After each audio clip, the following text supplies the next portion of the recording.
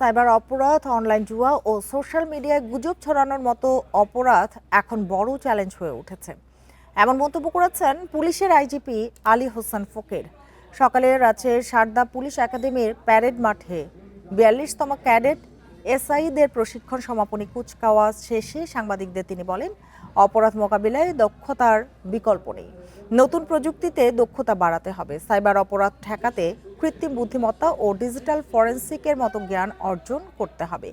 এ সময় ভয়ভীতি দূরে সরিয়ে জনগণের নিরাপত্তা নিশ্চিতে কাজ করতে পুলিশ সদস্যদের প্রতি আহ্বান জানান তিনি। এর আগে আলী হোসেন ফকির প্রশিক্ষণ সমাপনী কুচকাওয়াজ পরিদর্শন ও অভিবাদন গ্রহণ করেন।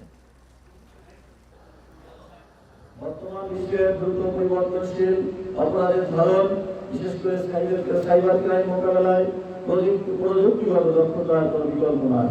সাইবার অপরাধ, ফিশিং, অনলাইন জুয়া, সোশ্যাল মিডিয়ায় গুজব ছড়ানোর মতো অপরাধ আজ আমাদের সামনে বড় চ্যালেঞ্জ।